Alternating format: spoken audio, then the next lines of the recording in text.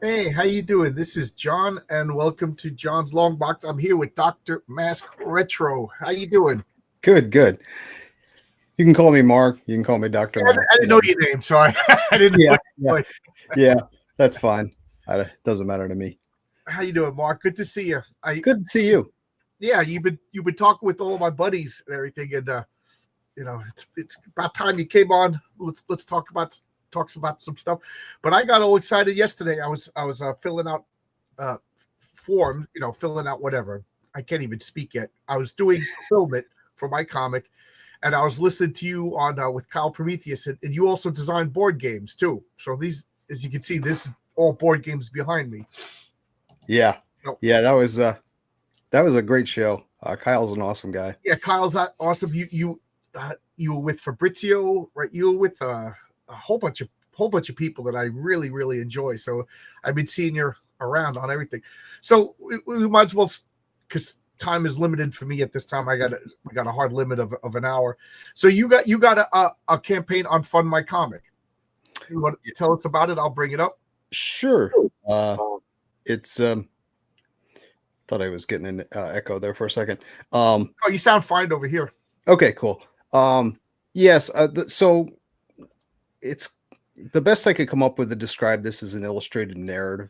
It's it, it's it's basically text from Edgar Allan Poe's stories matched with art from a different artist, um, and then it's a bookend by some sequential art with Dr. Masque as your host, done by Christian Rossi.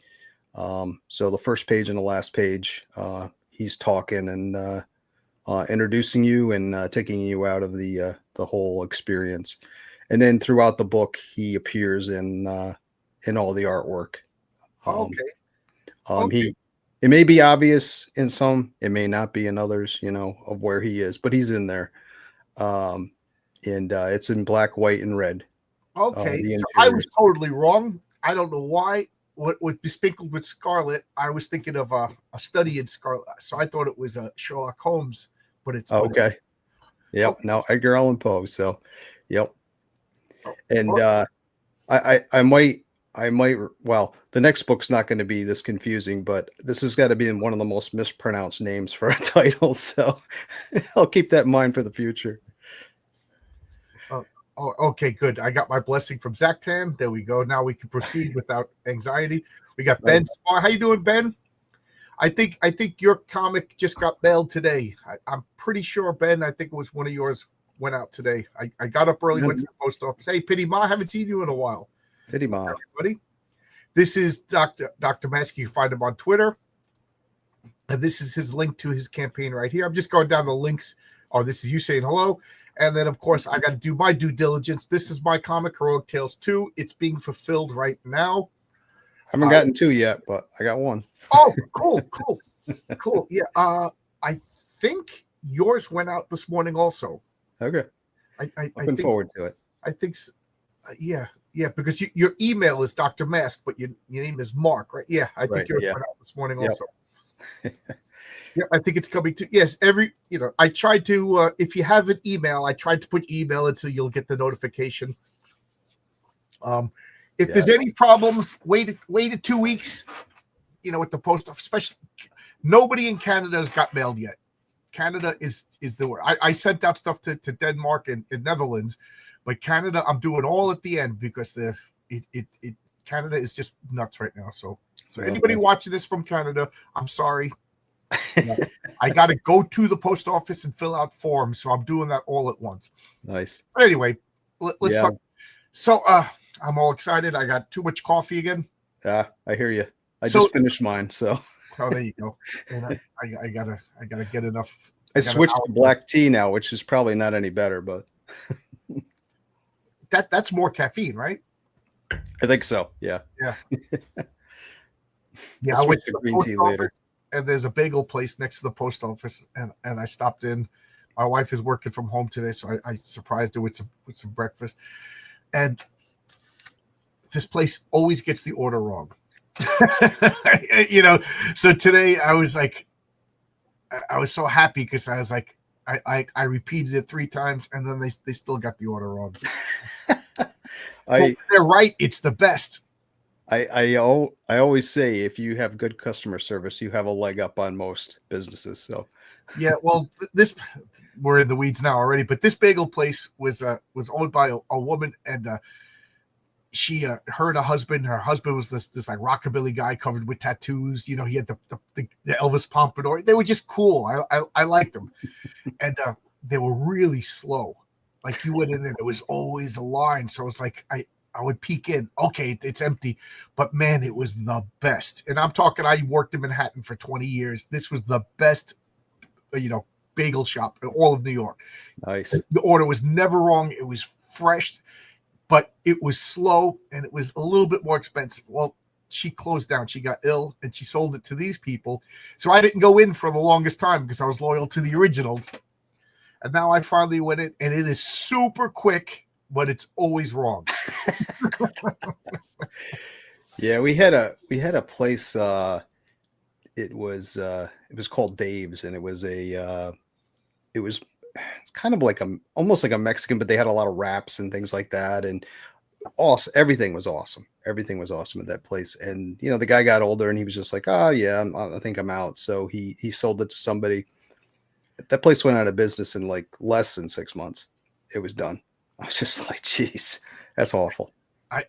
This is going to sound wrong, but within walking distance, right on the corner, there's a little place, and it's so cute.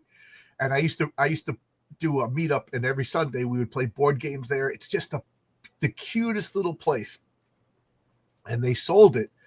And this is going to sound mean, but the truth is the truth. It's Indians now own it, and the food is always wrong.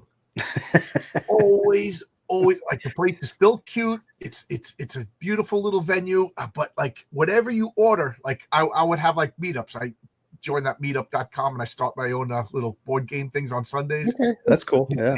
And the only rule was everybody has to get something to eat, otherwise the venue won't let us have there. Okay. Yep. Makes sense. And everybody complained about the food. It was like, don't you guys like, you're gonna own a bagel shop, you got to understand the way Americans like and they're nice people that own it. They came out, they talked to us, and chit chat and everything, really nice. But the food is always like bizarrely wrong. Like this place, my wife wanted an egg bagel, they gave her an everything bagel. She still liked it, but that's not what she wanted. This is like how did you get it that wrong? It's almost like it was like funny, like, oh my god, this is just completely wrong. So now it's like a contest to see whether you can actually get a right order, huh? I stopped going because it's like the other place. I don't know, the other place, like I would just go there like on the way home from work. Just it was so good. But whatever. Anyway, you got yourself on Fund My Comic. I'm on Fund My Comic. I like Luke. Me too. Is the owner of Fund My Comic. This is a guy that cares about comics. He's a busy guy. He's also drawing a story for me. So and like I said, I feel bad because I also went on Kickstarter, but I gave him like a 2-month exclusive time, and then I went on Kickstarter, and I feel like I'm cheating on him. And he's like, you gotta make the money. You gotta make the money. Yeah. Are you only on Fund My Comic? As of right now, yeah. I've been, I'm probably going to go to Kickstarter as well eventually, but I just don't believe in leaving money on the table. But yeah. But Luke actually he helped me design the costume for Dr. Masque. He also designed the logos, the sprinkled in scarlet, and there's also a Dr. Masque logo, and so yeah. Is this Dr. Masque right here? Yep. Cool. I love this image. This is just beautiful. Who drew this? Yeah, that's Ricardo Jaime. He he did an amazing job. He did one inside too. And then once I saw the inside one, I'm like, dude, you got to do the cover. It's amazing. I see. His name is right here. Color. This is cover A. So what is this? So what am I getting when I back? So it's 28 pages, and if you scroll down a little bit more, you'll get kind of an example of what's inside. So you're going to get some text from one of Edgar Allan Poe's stories. Some you might know, some you might not. Oh, okay. and you get an illustration by a different artist, and the art is in black, white, and red. I see. So it's kind of like a pulp. Kind of, yeah. I struggled to what to call it because it does have 2 sequential pages, and that those are a couple of the panels from the first page. So he, Dr. Masque introduces the book. He's kind of like the crypt keeper, or I prefer to call him the mysterious the mysterious traveler who Yeah, is he's a like the gold horror watcher. host. Yeah, yeah. So, and he introduces it, and then he talks about what came before, and this is the list of all the creators that worked on it and the story that they illustrated. Oh, cool. You got a cool. I mean, look at all these people. You got Robert Geronimo. I love Robert Geronimo. He does Blood Realm for Alterna Comics. Great guy. Great. Alexei Gorbat. I'm afraid I don't know him. But Yeah, if you look him up on Twitter, you'll be amazed by the stuff. He does a lot of fantasy stuff. Really, really nice. But I know Preston, great guy, great Yep. art. I know Peter, great art. Anthony Pope. But this Ricardo Yates, that Yeah. image is so good. Yeah, yeah. And the other one, you Brian Bow. Brian Bow's my friend. He does Wolf and Batsy, great comic. Oh, Fabrizio did an illustration too. Cool. Yeah, yeah. And both of them are. I mean, they're all amazing. I love them all. I have an idea. I want to do something kind of like this, like that you're doing. I mean, not to take away from your time, but I'll talk quick. But I want to do a book called A is for Alchemy, and do an alphabet book based on alchemy. Well, that's awesome. 26 pages. A will be alchemy, and then I want to get 26 different artists. So, like, it'll be like a historical text about alchemy. So is that how many symbols there are? Is 26 or no? Just like A will be alchemy. Like Z is going to be Zosimus, a famous alchemist. Oh, okay. Okay. Cool. H will be Hermes Trismegistus. So just either something alchemical about that letter. I'm still compiling a list of all 26 letters, and then I just want to contact artists and be like, first come, first serve. What page would you like to do? What is your rate? Like if a guy wants $1,000 a page, I don't know if I can afford it. Things like that. And then, 26 page book, maybe an introduction, but it's just going to be text, maybe a column of text, maybe bottom, and then just depending upon their illustration, and try to keep it historic. Because it was funny because Martina Makota did a book called Lady Alchemy. Yep. She just had a baby. So as a joke, I said, you should do baby alchemy. Kids book. Like, that's a cute idea. I was like, yeah, like he's for a pseudo kids book, yeah, like a goofy kids book about alchemy. And then it's been like 2 years, so I'm like, I guess that's my idea. Yep, yeah. It's funny you mentioned alchemy because there is some alchemy involved in Dr. Masque as well. So, cool. It might not be blatantly obvious in this book, but it's definitely there. I really, really, really. This illustration, I mean, Brian Bow and Fabrizio Aiello and Robert Geronimo, all these got Kristen Ross. You got like a killer's row of super. Yeah, that's what Luke said from Death Metal Hero. Death Metal Hero. He said it's the murderer's row. Of artists. Yeah. I gotta say, I read I got into an Edgar Allan Poe phase in high school, and that was the last time I read. I got to reread Edgar Allan Poe. Because I got into in junior high school, I got into Lovecraft, and he kept talking about Poe, so I read everything. So this looks really cool. Yeah, the hilarious thing for me is like I've always been as long as I can, probably since junior high, but as long as I can remember, I've been into Poe, and I only really started reading Lovecraft in maybe the last 10 years, so 8 or 10 years. So it's Lovecraft is still pretty new to me. Oh, okay. Yeah, but there is a nod to him in this book. So, yeah, the Cask of Amontillado. I had to read it for school. Read it over. What's the other one? The Black Cat. House of Usher. The Telltale Heart. Those are the ones I had to read over and over again for high school, and then college. The Raven. Yeah, the Raven. Yep. Yeah, it's. I have a character called the Raven coming out in Heroic Tales. 3, and everybody's like, "Is he going to say Nevermore?" I'm like, "No, because he's a dummy. You probably doesn't even this guy, the Raven, doesn't even know that there's a Raven story by Edgar Allan Poe." So somebody Okay. say it to him, he's going to be like, "What?" That could be a running gag. Oh, Yeah, Raven, like from the poem. What? he, you gotta make your character like he's different than Batman in that he's not the world's greatest detective. He's kind of a There dummy. you go. Well, that'd be a great spoof. Would be the world's worst detective. You know. Yeah, he's beating up the wrong guy. Hey, what's up, Oops. Phil? Hey, Zay, how you doing, Phil? Phil just popped into my video the other night. Phil was nice enough to have me on. Yeah, Phil's great. He's got his own comic, the man with no strings. Right now, you can get it. It was excellent. I just read it yesterday. Absolutely excellent. So let's see. Is this your first comic project? Yep. It's my first one. I'd kind of talked on Kyle's show yesterday that I had gotten into the board game design space, and I had spent 4 or 5 years, working on learning game design and designing games, and I just got to a point like, okay, I'm ready to put out this game. I just need, to polish it up, make it, get some graphic design done on it, and then I just kind of hit a brick wall, and I'm like, you know what, I'm done with this for now. I kept, this was in the back of my mind doing this comic and doing it this way. Like, I'm just going to do this because this is something I know I can do. I know I can get it done. I'm not dependent on other people, so as much. I was into board games for years, and I have like 2 board game designs, and one of them's like a child's version of the same.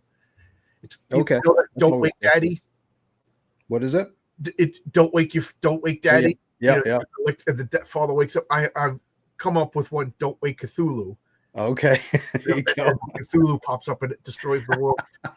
And then you need springs and everything like that. It's just too expensive to come up with a prototype. So I changed it around, and it just became this sprawling, overcomplicated game called Maelstrom of Madness. And it's explorers going around Relay, and they're trying to gather clips of texts to seal Cthulhu, but then may or may not be somebody's a traitor who's trying to wake up Cthulhu, and but the thing is, it's all index cards and construction paper, right? That you could bring to board game companies, and then they'll pay to do it all. And once you do that, you just hand it off to them. Yeah, you don't. Yeah, and that's and that's kind of where I had a problem with the whole system, because I was just like, I've heard stories like. There's this one game I have. Now I'm not going to remember the name of it. But it was an indie game the guy put out, and what the heck was it? Moonflight. That was the name of it, Moonflight. And it was the really cool thing about it was a deck building game, but then it was a deconstructing deck game. So you'd start out with limited cards, you'd build it up, and then tear it down. And at the end, what your last hand is the points that you scored. Oh, cool. Super interesting, cool theme. I didn't really understand the theme, but it has something to do with some lore in Great Britain and stuff. And cool game. And then he got signed, some company liked it. He got signed, and this was 3 or 4 years ago. I haven't heard anything about it. Yeah, I heard you talk. I didn't want to keep distracted you when you were talking to Kyle. It's going to take 5-6 years. It's insane. You put a game to a designer, it's going to take 5 or 6 years, and then it's not going to look anything like you wanted it. So there's 2 ways to do it. You could lay out a lot of money. I met this guy Greg, and he designed a game called, I'm looking right at us over there, the Dwarves of Iron Peak. And it's a 2-player game. One guy's a giant, one guy's a bunch of dwarves, and you're fighting each other. And he sculpted his own he laid out all the money, and it's exactly perfect, his vision. It's a fun game, and he lost his shirt making this freaking game. And then I know other guys that I was in a board game group in Queens before COVID, and it was this stock market game, and I forget what it's called, but it went to. He brought it. They he gets commissioned. So all he did, we literally played with he cut little squares out of index cards. Yep. And that was everything. And we played. I thought the game was excruciating because it was just like a dry investing. You stock split. I think it was called Bear Market, and then he brought it to some company, and then they made it like anthropomorphic bears, everything. It's all cute and everything like that. Because it's so dry, they tried to, and it won like awards and everything like that. But it doesn't look like anything. He didn't name it. He just so this 6 of 1 half dozen. What do you want to do? Like yeah, and it's like and that's my thing is like I'm not going to try to make Frosthaven or something. I'm just trying. I'm sticking to smaller games. The 2 games that I have that I think are kind of ready to go are both card games. They could fit inside a small box. I'll just show you this quick. This is I don't know if you've seen this guy, but this is Gabe Barrett. He does his solo game of the month club. Oh, cool. And he's able to, he used these. It's like a VHS case, and that's one of the things he did to keep his costs down. Is he used these because the box is like one of the most expensive parts of the game. Right. So it's like a new trend in board games now. They're trying to make them eco-friendly, and it's all stripped down. And there's also a lot of print and play games. Yep. But that's always good to do too. If you do a game, is create a print and play version for people. But I like you. The thing about board games is it's a lot of work. Then you wait years, and you're probably not going to make any money. So I don't want to invest any money in making a game. It's it's just. It's you might as well just throw your money into the street. Unless I'm passionate about it, but I think the board game wave is crashing. Like I see the numbers on all. I went to Dice Tower Con 6 times in a row for a year. Wow, and I see their views are going down. I think the whole, I hate to say it, the progressives took over and crashed it out, and a lot of people just left. Because the board gaming people, what I liked about it, it was so wholesome and it was nice, normal families. And you go to conventions, it was moms and pops with their kids, and everybody was nice and pleasant. And then all these identity politics, transgender people were showing up, and the conservative, normal people just stopped going to these conventions. Just like everything. Everything. Yeah, and that was one of the roadblocks I ran into too. And I'm just like, you know what? I'm just going to do it. You know. Like I said, the 2 games they have, one is an 18 card game. It's just 18 cards and a token, So that's funny because there's a lot of 18 card games. I don't know enough about math. The math of 18 cards must be. Yeah, 18 cards is if you look at a deck of 52, you can divide it into 4. I think it is. If my math is right.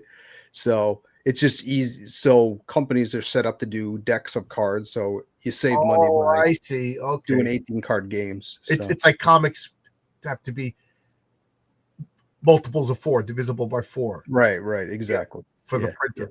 We got your boy Zach Matters. Shut your pie hole birthday party clown. Max Furiosa is the best movie. He's my new favorite commenter. How you doing?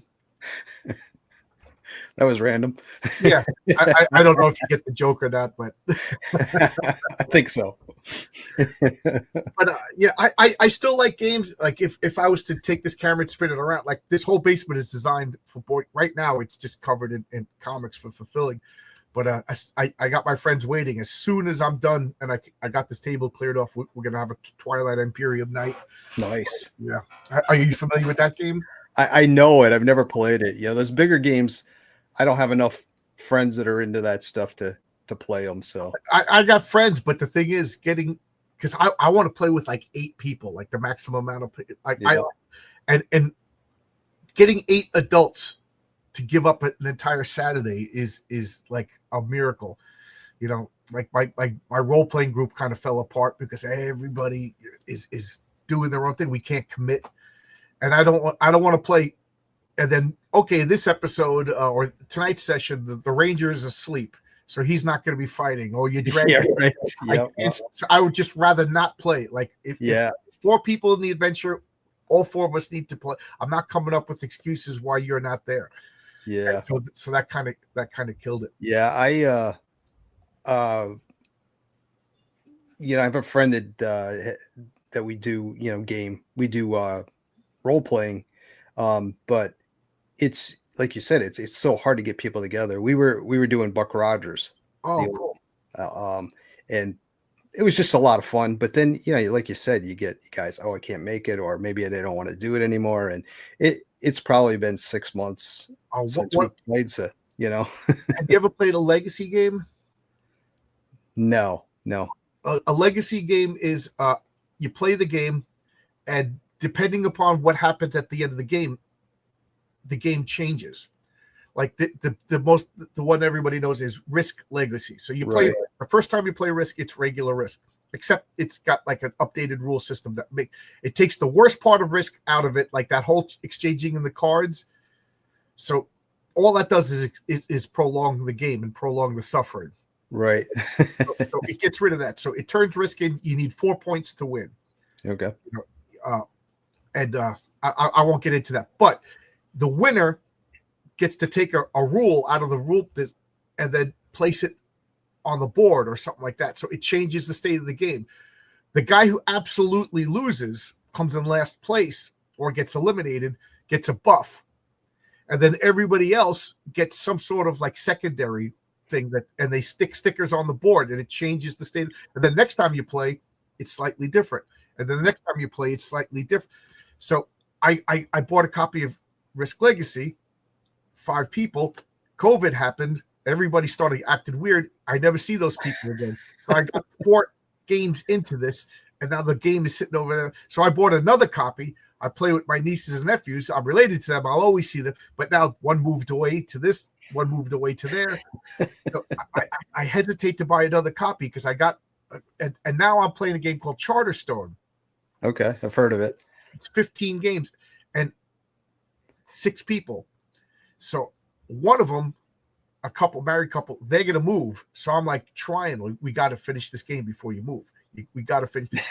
These people are committed. So, and it's funny because they remind me, we're going to play Charterstone. We're going to play Charterstone again. Yeah, nice. You're like, I'm really busy too. Yeah. Yeah. So I appreciate that. But like, I bought Charterstone. I played with one guy and he was just the worst, just negative comments. And I just said, geez, I paid $75 for this game. Are you going to complain all 15 times? And then he never came back. So the game already had stickers on the board. And now he's never. So I had to buy for $40 a recharge pack. Okay. And then it comes with another board. But I was like, oh, great. So I was like, you guys aren't going to quit on me, right? The pain. I got a Pirate Legacy game that I'm afraid to open.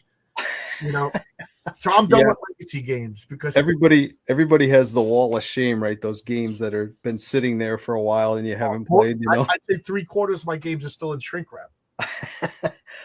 That's my problem. Is I can't leave them in the shrink wrap, so I open them up and what's up, Fabrizio? Fabrizio's here. Fabrizio's got Horace H. Hoover right now on Kickstarter. Great comic. That is true, and Risk does take longer than actual Wars. Well, that's just it. If you get the new Risk now, you win with 4 points. As soon as you get the 4th point, you win. And everybody starts out the game with 1 point because it's a capital. It's a little plastic disc. You put it on. So if I capture your capital, I have 2 points.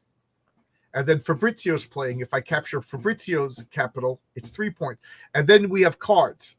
So this is what I love. So whenever you get a card, you could trade in 4 cards for a point. Or you could trade in 3 cards for like 6 armies. 4 cards for 8 armies. 10 cards for whatever. But once you cash in, it gets reset. So like old Risk, it remembered every 3 cards, it just got bigger and bigger and bigger and bigger. Right. So the longer I hold my cards, so if I'm attacking you and I know you got 8 cards, I know you're either going to cash it in for 2 points and probably win, or you're going to cash it in for like 20 armies and then just you come, you know what I mean? But once I cash it in, I'm reset. You know what I mean? And it just makes it more strategic, more fun.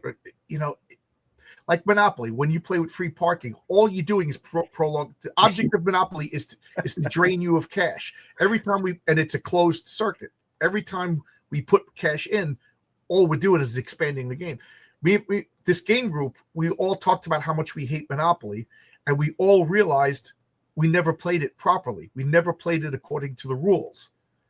So we $15 for a thing. So we bought a game of Monopoly. We read the rules and we played exactly by the rule. It took 2 hours. Okay, that's not horrible. And it wasn't that bad. And the only thing that stunk about it was when you hit that income tax, and you have to figure out. That was like, do you count your property if it's mortgaged? You know what I mean? Yeah.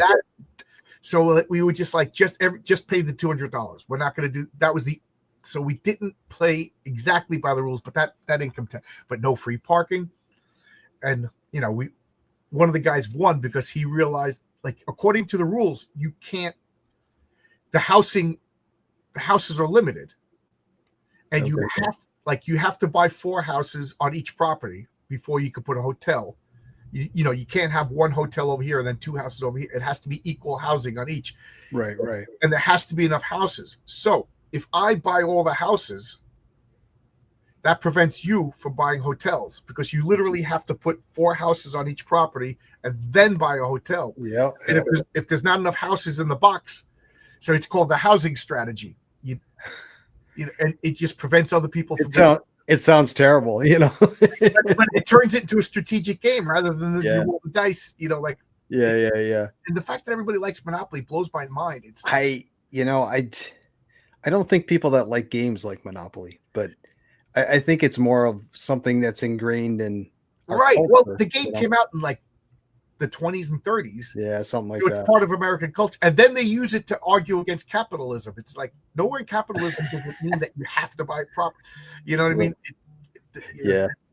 Well, as a kid, we used to play a lot of board games, and I would have my cousins over, and we would play all night Monopoly games. And you're talking about you would do things to prolong it. We would take promissory notes out of, so if somebody was going bankrupt, we would take promissory notes out of life and use those as like, okay, you owe this money, and the game would just go on until like 2 or 3 in the morning. Never end. Yeah, until everybody quits. Yeah, or we fall asleep, one or the other. You know, it's funny about Life. We did the same thing. We bought a copy of Life, and we all played it, and we had more fun acting out the story. Like just like you're a writer, so I love stories. And I love board games that tell a story. That's why I like theme games more than I like these like chess or checkers or Stratego. Those games don't really tell a story. But like when we played Life, we were like acting out the stories of what, you get a career. One guy became a lawyer, and then you land on the spot, your lawyer screws you out. So he became that lawyer that screwed you out. It was just so much fun. We didn't even care who was winning and who was losing. We were just having fun acting out the game. Hey, we got a whole bunch. We got Dave Brink over here. Hey, check out. He's got a campaign on Fun My Comics Safeguard. This is a guy who's making superhero comics, the best superhero comics you're gonna read. I hope my comic books are half as good as Dave's comics. We got another guy over here, Brian Bao, who's Wolf and Batsy. He's got some work in Dr Masque's book. One of the Murderers Row. Yeah, look at this. We got Fabrizio. We got like some of the most talented people in indie comics right now on watching this. So let's get back to your. Well, before we do that, this is what I wanted to show you. Okay, sure. So this is from college. Oh, there you go. So that's one of my characters. Okay, so now that you're showing that, show the character sheet again. Okay, so that's the character sheet. So I'm going to show this. So this is the back of the card. This format is the character sheet that he just showed, because a couple of people were confused, And then a couple of people who don't like me were just using the graphic design against me. I'm like, dude, it's a character. So what is the name of your character there? This is Fatal Sentry. Nice. Because the And Sentry then isn't dangerous enough. He's got to be fatal. this is Champion. So I don't know what the rule difference is. There you go. Yep, I remember. I never played Champion, but I bought all the rule books because I wanted to like mine them for ideas. That's Crux Ansata, which is just another name for Ankh. It's a fancy name for Ankh. But yeah, so there's some of the guys. I can't believe I still have these, but yeah. Yeah, it's fun. It's because Dave's character, Perfect 10, is a beautiful android, and she's the 10th android, and she's 10 times stronger and 10 times. And the funny thing is, I was showing him my Villains Vigilantes character sheet of an android called 10, was 10 times stronger. She was 10, and it was a goof on the movie 10 by Bo Derek. That was the okay for it. Nice. So I was like, oh, what, you know, and it was funny because I was going to call her 4 because she was going to be a perfect square, and then all of her stats were going to be square, but it doesn't make sense. So she became 10. So I showed him, and I was like, they was like, she's even an android, you know, and my sheet was all yellowed and frayed, you know, everything. That's awesome. Yeah. So yeah, it's amazing. So that's great. You're the only person outside of my little circle that I know that plays Villains Vigilantes. Yeah, it's been a long time, but yeah, I still you were a player, not a GM in the game. No. I was going through a box of stuff, and I guess I'd forgotten I had the box, but I went through there and I had like old reports I had done for high school and college and stuff, and stories that I had written and things like that. So yeah, it was kind of neat to find all that stuff. But yeah, I still play Village Vigilantes. Like when it comes to role playing, that's my role playing game. Of course, I have a house rules that's just as long as the rule book. I was going to ask you about that. Yeah. Yeah, I had a website that you could go and read the house rules and talk, but it just got. We started it in like 1999 or something like that, and the software just we kept having to buy updates, and then it was getting to be like $600 a year to maintain it. Yeah, so I was like, I can't. So if like comics do well and merits, like we could do my own store or something like that, we'll bring back a forum. And I'll post all my V&V stuff. Yeah, I'm lucky that I beat you on to it. Dave, I never had any stories with 10 in it. The actual adventure with my character 10 was kind of lame. It was kind of lame, but you know, she would show up everyone. She was way overpowered. Like it Mark could say, like in Village Vigilantes, the average superhero had like 20, 25 hit points. 10 had like almost like 2,000 hit points. So she was unbeatable, and she wasn't bad. So once they fought her, she realized humanity was good. There was really no reason for this. So it really wasn't a great story, but it was a fun story. Great minds think alike. We got Student of God, the housing strategy for Monopoly. I'm going to remember that. Yeah. You can look it up. If you hog all the houses, nobody could buy a hotel. They're going to argue with you, but if you're playing by the rules, you have to put the houses on the board, and you can't use proxies. So once you buy a hotel, you're freeing up 4 houses for other people. So if you buy 3 hotels for the yellow properties, you just freed up 3 times 4, 12 houses for everybody else. So, you know, that's the housing strategy. Yep. My guy has 20 hit points. Lords of Vegas instead. I just looked, and my guy has 20 hit points. Yeah. To put it in perspective, the average human in Villains Vigilante has 5 hit points. You know, so okay. Yep. So, you know, so when 10 had 3,000 or 2,000 hit points or whatever. Yeah. Just for reference, in my game, Captain Atlas, who is my ultimate super, he has something like 4,000 hit points. That's a long road to hoe. Yeah. That's where do you live now? You got to come over and play Villains Vigilantes. Yeah, I live up near Albany. New Oh, you York. are in New York. That's not Yeah. too far. I'm also in Yeah. New York. Okay. Yeah. Yeah. Yeah. You have any intentions of moving or? Yeah, but out of New York. When I Yeah, out retire, of New I'm York. I hear you. getting the F out of New York. We'll talk. You move to a different state. Maybe that's the state I moved to. Yeah, New York, well, I don't know if Albany, but I live down, with the commuting distance to New York City. And it's just the taxes and everything, and it's crowded. The neighborhoods are changing. I got to get out of New York. And, you know, it's got to be a state that doesn't tax pensions. So I think there's only like 8 or 9 states, and I've been, and then my wife, she doesn't want this place. I want that place. So we got to get a place that we're both happy.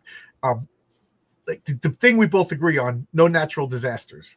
Yeah, I don't want to go to Florida and my house is destroyed by a hurricane. Plus, I don't like the humidity, and now that's crowded. So there's a place that I'm thinking of. I got to go talk to. I did some research. I don't want to announce it because then everybody's going to move there. I was looking seriously for a while at the east side of Tennessee, near Knoxville. You do have to worry about tornadoes in Tennessee, but that seems to be a little bit less of an issue on that side. You're near the mountains and stuff, so Yeah, yeah. Tennessee is one of the states that doesn't tax your pension. Yeah. Nevada, I think Arizona, Alaska doesn't. But everything else is expensive. Yeah. I'd be curious to figure out the V&V stats and filling in for some genuine characters. Okay, I would.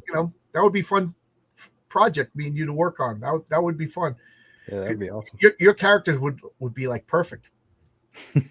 All my character stats would have to be in the D&D Monster Manual. What's funny is it's no surprise now people have it already, but Wolf and Batsy appear in Heroic Tales #2 in a weird way.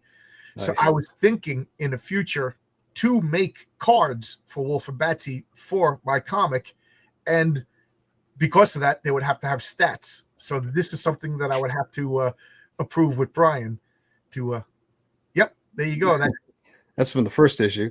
Yep, the first issue there in the Hoster's Fruit Pie ad, but they show up again in issue 2. So does Horace H. Hoover.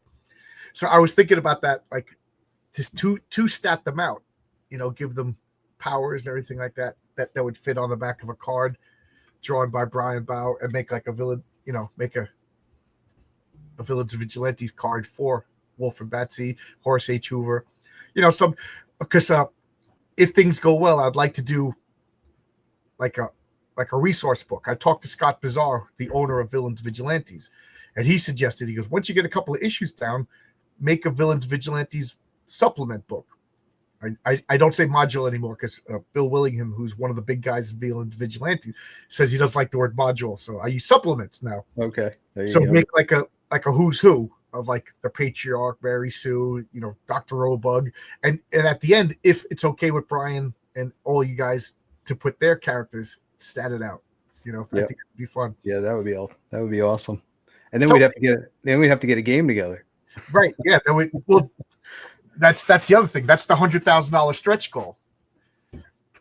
And now that I know you play V&V, you got to be included. But if I ever hit $100,000, Renzo's coming, Oscar's coming, Brian, Horatio, like Fabrizio doesn't have a real name. Fabrizio, like all you guys, like Rini will bring, and Tonic Bowl, like all my friends will come here, and we'll just have a weekend and we'll record it from the beginning, statting up our characters. Dave, I'll fly him out from Netherlands. How can we not? And we all just sit around the table and make our characters and try to make it as true to the comic book characters. You're not just saying, oh yeah, Wolf has the power cosmic, like the we read the comics. We know what you can do. And then statting them out, making an adventure, getting the experience points, while eating pizza. And of course, as a role player, Funyuns are required food. It's been a long time since I've had those. You know what I mean? We all sit around and play. That's the $100,000 stretch goal. That's awesome. I mean, it's funny because wow, you hit $100,000. Yeah, but I didn't make any money because I flew everybody all around here, and but we're having a good time. Yeah, we're having a good time. Yeah, plot twist: Horace is actually the Beyonder. There you go. He takes off the helmet and just cosmic energy just envelops everybody. There you go. Be like level 99 in sarcasm. Yeah. That's awesome. Yep. It'll be fun, and then I, of course, just run them through a silly adventure. You know what I mean? Like, and it would be fun because Rainey's character would be like fantasy based. Brian's would be horror based. Tonic Bowls, I don't know, like humorous superhero. And then of course Renzo would be the patriarch. Oscar will maybe marry Sue or whatever. Well, Oscar has a lot of his own characters too. Now I think that would just be fun. Yeah, definitely. Go get pizza, drink some beer. So there you go, everybody. Let's make it happen. It has to be $100,000 on one campaign. So I talked about my stuff for way too long on your time. Let's talk about your stuff. Good. It's good time though. Yeah. You be Dr. Masque. Does Dr. Masque have powers and stats? As of this book, you don't really see anything like that. He's mostly just a host in this one. But he does have this library that has a lot of rare and books and things that you can only find there. So he allows people to come in and check out his library. It's funny because I'm already thinking of how Dr. Masque could be like the Watcher and bring all these characters together. There you go. I don't know about you, but like, who was I talking to the other day? And I was just like, the real world, like all day long, I'm thinking of plot ideas and story ideas. And like if I only had the time and money to hire more people, I would make. If I didn't have to go to work, I would probably like write a rough draft every day. Yep. Of an idea that I have. I just sent Brian and last night I came up with this idea just because I saw a spider in my house, and then I looked up what kind of spider it was. It was called a money spider, and then boom, that came up.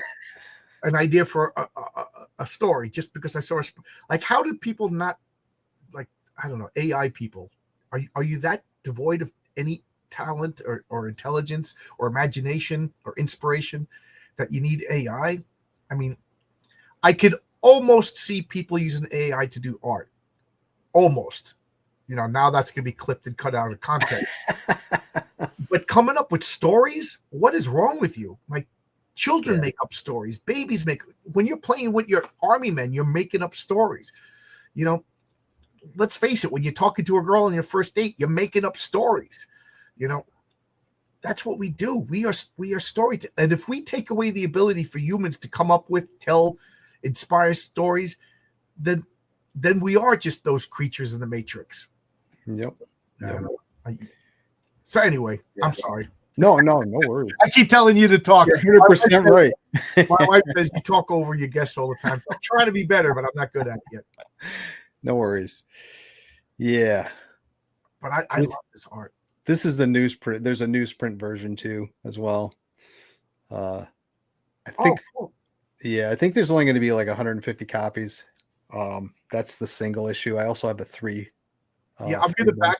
Obviously, I'm not going to back while we're live. Nobody needs to see my credit card information. So, I'll back tonight when I get home from work. Yeah, I got to.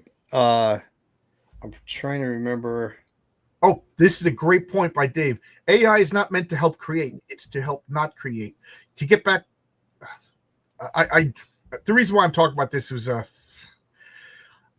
I got clipped. And then EVS was talking about me on Trash Cash. Surprisingly enough, he was actually pretty nice about me, but the person I was talking about, because I was going on an anti-AI rant, and it's something that he agreed with, and he didn't like the person I was talking about, so therefore I'm like in his good graces or whatever, it doesn't matter. But one of the things that somebody posted about AI is like, I want artificial intelligence to vacuum the house, do the dishes, do my laundry, so I have the time to write stories and poetry and draw. Yep. Not write the stories, draw, so I can that I have more time to do the laundry. It's I don't know. Inspiration is from the same root as like spirit and inspire and literally perspiration and breathing and respiration. That shows you how fundamental this creative spirit is to humanity. I think it's the most, walking upright and communication and writing down, those are all great. But I think the fundamental difference between the human animal and the rest of the animals is our imaginations. Like, I do think that cats and dogs have a limited imagination, a limited ability of cognitive thought. But I think cats don't write comic books. Cats don't, build houses. And, so I think once AI takes over our ability to create, then we're just primates. We might as well just be in the forest eating a banana. You know what I mean? Yeah. It just amazes me that that's the first place we go with it. It's like, I saw something where they'd used AI to like spot breast cancer like way early. Yeah, That's that's the kind fine. of stuff you should use it for, Yeah, that's fine. Like, Yeah. I it's I broke my neck. Over 2 years ago now, and I had to go in and get MRIs. And one doctor, man, he did the scan, and he was running it through an AI right in front of me to find out if there's anything. And all I could think of is like, aren't you the doctor? Like, did you go to medical? Because I could give I you could do that. Yeah. I could have done that, So I said to him, I go, I'm pretty nasty, I was like, why am I here? Why did I get up, wake up, come here, drive here, pay a deductible for you to run a scan through an AI? I could, isn't that what Grok does now? You could literally upload images of X-rays to Grok and it'll diagnose you. Wow. And Well, I tell my son, if you want to know, about AI, just ask it questions you know the answer to. I do that. And it's not good. We got Arkham over here. Arkham is drawing one of my stories as we speak. Fun guy. Nice. He sculpts. He's another animator who's been screwed over by AI. That's another thing is it destroyed a whole. There's a reason why all cartoons look like crap nowadays. It's funny. I was just watching Scooby-Doo this morning. The Scooby-Doo, where are you? Yeah. I never liked Scooby-Doo. No. Even as a kid, I was just like, these stories don't make sense.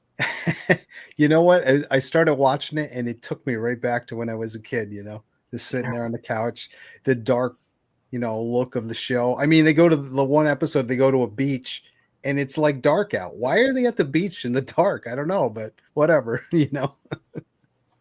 So we only got 10 minutes. I'm sorry, Okay. but I gotta, I gotta go get dressed and drive to work. So Yeah. Sorry to hear that. I know. Well, I don't mind my job. My job is actually, a job that I kind of enjoy, and the guys are sarcastic and funny and everything. Yeah, that's good. And very supportive. Like, they're a bunch of rough and tumble comic book construction workers, but when they see I make comics, they're all like, "Wow, that's so cool!" Yeah. So I'm the odd weirdo. That's awesome. Did I see the Scooby-Doo with Lovecraft and Poe? No, I did not even know that was a thing. I know that there was a Ghostbusters episode, the cartoon called The Collect Call of Cthulhu. I did see that, but I never seen the Kiss one. Yep. Batman one, this Harlem Globetrotters one. Yeah, the Harlem Globetrotters. Yeah. So tell us about this. This cover. This just your campaign in general. Anything you want to talk about? Yeah. I promise this time I'll be quiet. Yeah, no worries. So I just wanted to shout out I think it's Mr. Magog. He got us over on Twitter. He got us over the halfway mark last night, but now I'm sitting at 66682. So I don't know if we need somebody to exercise that, I guess. But I'll back when I get home from work. But anyway, it's yeah. So this is the newsprint version. There's also a 3-pack. There's an all-in-one bundle, which there's the 3-pack. You do save all the bundles you save on. With Fund My Comics, sometimes the shipping's kind of wonky, so I tried to have as many different combos as I could think of. Yeah, and as much as you think you got it all planned, somebody's going to figure out the one thing that did it wrong. One of my friends, he backed my comic and didn't scroll down for add-ons. He bought 7 copies, but he backed, so he paid $70 in shipping, and he only lives 10 minutes away. I drive to his house and drop him off. Yeah. So he, so I gave him some T-shirts, stuff like that. Like, dude, Yeah. use the I envelope? had two things. One was one of the shipping on the all-in-one, I think, or the 3-pack was way too high. It was like twice as much as it should have been. So I fixed it, and I'm like, I'll square up with whoever, back that later. But either I'll give them extra comics or I'll give them some of their money back or whatever. But then I also had one where you couldn't back it because instead of choosing United States, I chose like United States outer whatever, like islands and stuff. And so nobody could back it unless you were from that spot, Oh yeah, yeah. You gotta be so careful. Like I hired somebody to make my campaign page. So Okay. they do it all, and then they send it to me, and they go over this very carefully. And oh my god, I'm like freaking out, nervous. Like I was thinking maybe the next campaign, because I'm too dumb to build this on my own. But maybe like before it goes live, if Luke, if you're watching, maybe like a test campaign that isn't nobody, so I could back do this, and then and then hit the reset button, everything goes back to whatever. But at least I could see like all the bugs. Oh, this didn't add shipping. Oh, this added too much shipping. Oh, I can't add an add-on. Because whatever you think you figured out, somebody's gonna whatever. And it's hard to think of it all, right. Like I don't know, like I hate to say it, like I went to somebody's campaign. No, nobody is, and I have to register before everything. Like that's just bad. Like, what if I don't want anything? Like I should put everything in my checkout, and then as I'm checking out, fill in my address. That's just intuitive. That makes sense. Right. You're mailing it to me, but I have to fill out everything beforehand. That just discouraged me from what if I don't want anything? Right. Yeah. I don't know. Like before I could even, like, it wouldn't let me put anything into the basket. So I just like, all right, this site's broken. And it's like, no, you got to make an account first. I don't want to make an account first. I want to put things in my basket. Now I'm excited to buy it. Now I'll fill out my address. Right. My address. And then what if I don't want anything? Now you got my address for bail. I don't like that. Yep, 100%. Let's see. You got a trailer. I'm gonna play the trailer. Okay. Sure. Scroll up. I'll make this big. I'll play this trailer.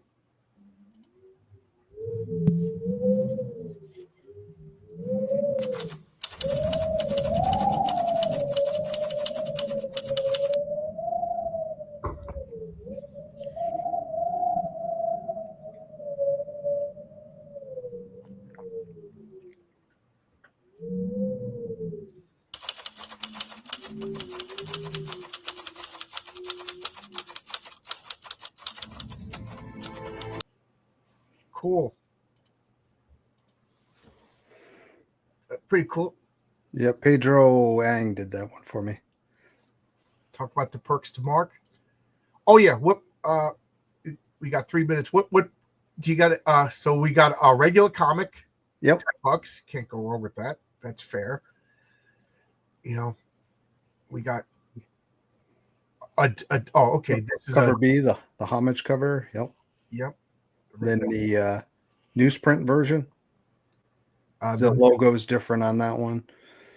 Look at that. I this is probably where I'm going to be back in all three. There's the 3. I love this cover, but I also want newsprint. So I might as well get the 3 one. Yeah.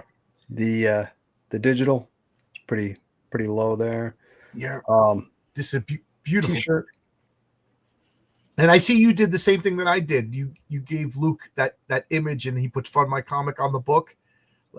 Yeah, I actually gave the logo to Christian Rossi, and he did the logo. And then I liked it so much, I said, "Can you just do an Edgar Allan Poe book in his hands instead?" Oh, okay. Because I did the back cover of Patriarch #1 is they're all sitting around reading comics. So I was like, "Here, you want to do this for Fund My Comic?" Nice. So he put in whatever comics you want. Oh, look at this! I like that symbol. There's a pin. Yeah, that's the symbol of Dr. Masque.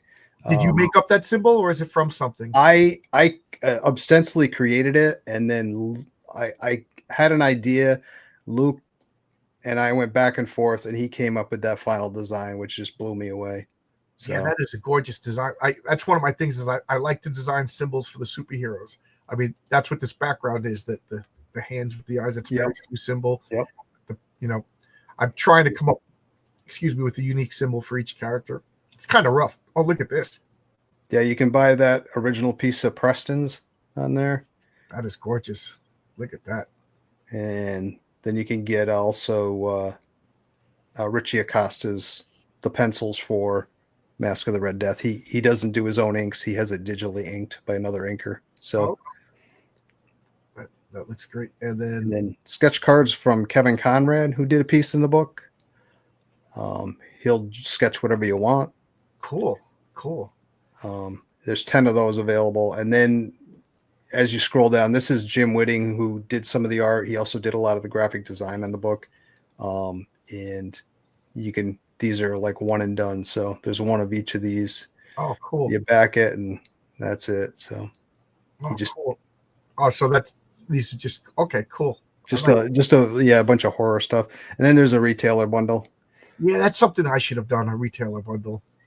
I don't hear great things about it. I don't hear retailers really backing it, but I figured if it's not there, they can't back it. So I don't know.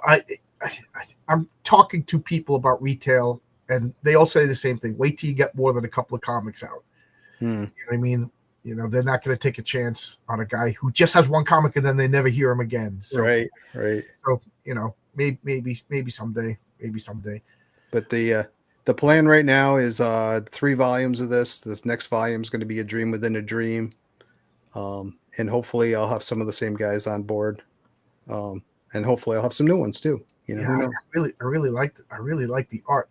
Yeah, looks good. I mean, and it's Edgar Allan Poe, so the writing is good. Right. Yeah. There's just a tiny bit of my writing in this one, so the next one will have more of my writing. I keep coming to it. I want to have an idea about Edgar Allan Poe's death. Right? He just went and sat down on a park bench and they found him dead.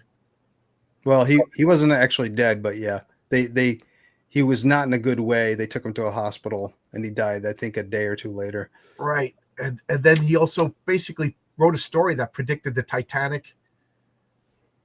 Did you hear about that? In one of his stories, there's a story that's remarkably similar to the circumstances of the Titanic.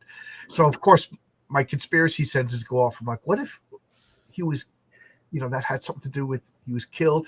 So I keep wanting to come up with a story set, with Edgar Allan Poe as like the motivation, a superhero. But I can't work out the details yet. But isn't there a conspiracy theory that somebody's, I forget who it was, intentionally sank the Titanic? Yeah, that's all part of it. The Rothschilds, because they were the people that voted against the Federal Reserve. Yeah. And Edgar Allan Poe was trying to warn us about it. You know what I mean? That's what you're writing my story for me. It would be a fun experiment anyway. Yeah, it would be fun. Yeah. I got to find that's the actual, or now I realize I might be making a mistake, but yeah, I don't recall that, but I'm not saying I don't know everything. So yeah. So I got to get going to work, but I'm gonna back this tonight when I get home. I literally have to start running and getting changed and driving in this New York traffic. Yeah, watch out for the snow. The snow tomorrow morning, I guess. So, geez, I was just outside. It was gorgeous out here. Tomorrow morning is supposed to snow here. I don't know about where you are. Yeah, Albany, you get a lot of snow, but yeah, it rained all day yesterday. I was afraid I was going to wake up and the streets were going to be ice, but it's gorgeous and sunny right now. Yeah, it's not bad. Yeah, I mean, right. Yeah, tomorrow it's going to pour all day long. All right, but I got to get going. Come back and talk some more. This looks fun. Oh, we got Oscar here. How you doing, Oscar? Oscar's doing all the colors for my comics. Nice. But I really have to go. I could talk longer and longer, but now it's time for me to say goodbye, kids. All right.